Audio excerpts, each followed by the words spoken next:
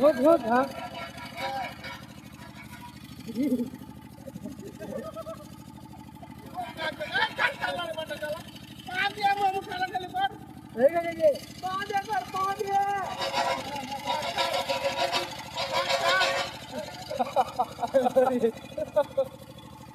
देखो गाइस वाली चल रहा है अभी